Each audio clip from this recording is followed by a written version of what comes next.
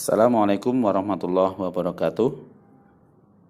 Kami di sini ingin mempresentasikan makul masailul fikiyah dengan tema atau judul gadai dan pemanfaatan barang gadaian. Langsung saja kita mulai dari pengertian gadai. Secara bahasa, gadai berarti habs, yang berarti tertahan, terhalang, tercegah, atau yang semakna dengannya.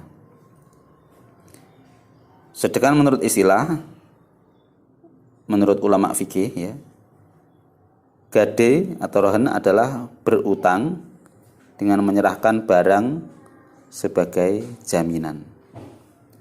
Kemudian hukum gadai. Sistem transaksi utang piutang dengan gadai diperbolehkan dalam Islam. Hal ini berdasarkan dalil dari Al-Quran, Sunnah maupun konsensus atau kesepakatan kaum muslimin sejak dahulu.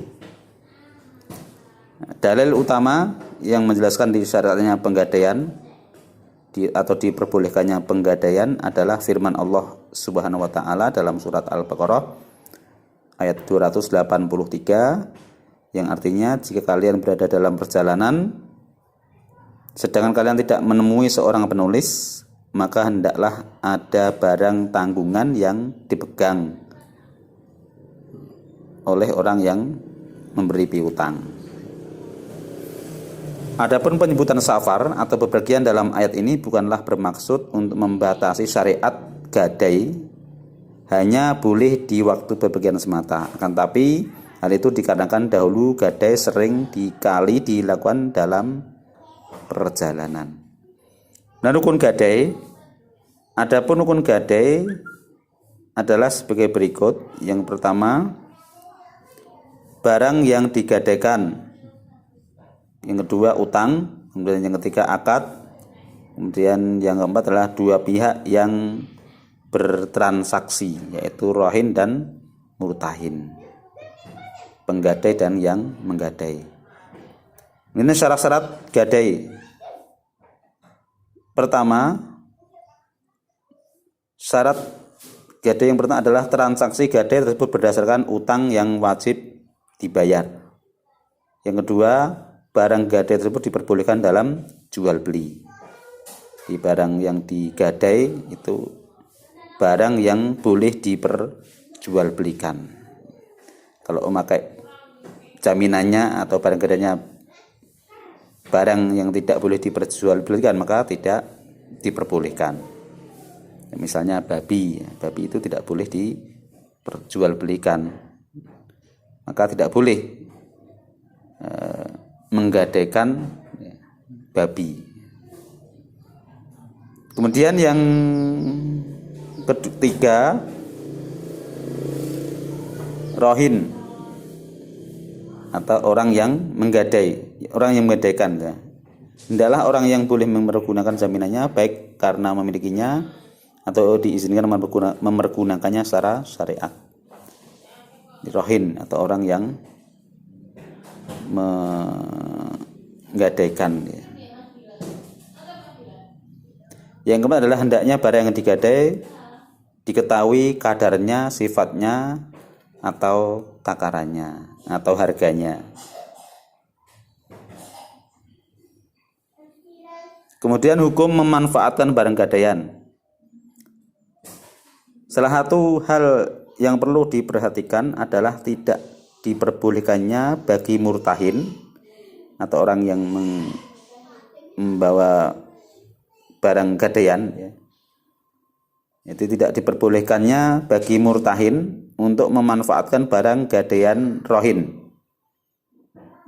karena barang dagangan tadi adalah barang gadaian tadi itu statusnya bukan milik murtahin tapi milik rohin. Jadi dia hanya berhak untuk menahan saja, tidak untuk memanfaatkannya. Hal ini berdasarkan ketentuan bahwa segala utang yang mendatangkan manfaat adalah riba. Karena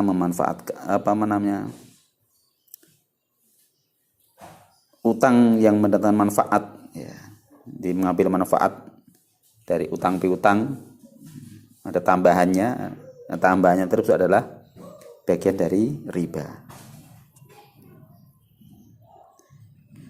Karena pada hakikatnya barang tersebut statusnya masih milik rohin, sedangkan murtahin hanya berhak untuk menahan barang tersebut, bukan malah memanfaatkannya, baik dengan izin dari rohin ataupun tanpa isi-isinya.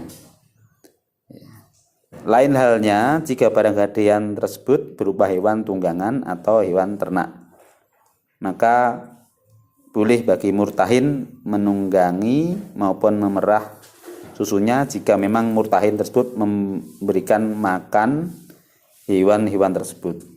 Kecuali kalau barang dagangannya tadi, barang gadaiannya tadi membutuhkan perawatan, membutuhkan nafkah, maka murtahin menggadai boleh memanfaatkannya. Kesimpulan, memanfaatkan barang gadaian pada dasarnya tidak diperbolehkan karena termasuk mengambil keuntungan dalam hutang piutang. Kecuali barang dagangan itu hewan ternak atau hewan tunggangan atau yang lain yang itu membutuhkan perawatan, membutuhkan biaya, nafkah, maka diperbolehkan untuk mengambil manfaat darinya sebatas dengan kebutuhan perawatan tersebut. Wallahu a'lam bishawab. Ini yang dapat saya sampaikan presentasi kali ini, semoga bermanfaat untuk kita semua. Akhir kalam, wassalamualaikum warahmatullahi wabarakatuh.